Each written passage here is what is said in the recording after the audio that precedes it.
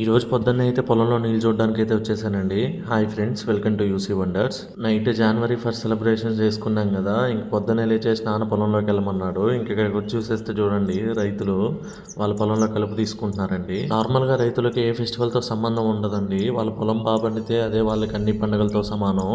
ఇంకా పొలంలోకి వెళ్తూ ఉంటే గినాలు చూడండి ఎలా దుక్కేస్తున్నాయో. అడవి పందులండి ఇవి. చూడండి, కైకి కాలువకి రెండు సమం చేసేసాయి.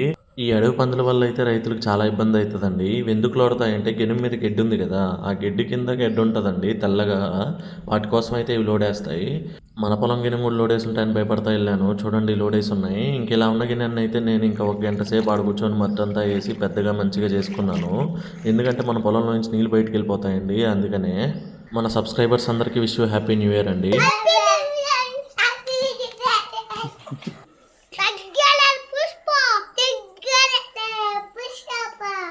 పొలం పనుల గురించి మీకు తెలియనివి నేను తెలుసుకుని ఇక్కడైతే అప్లోడ్ చేస్తాను. మీరైతే లైక్ చేసి సబ్స్క్రైబ్ చేసేయండి.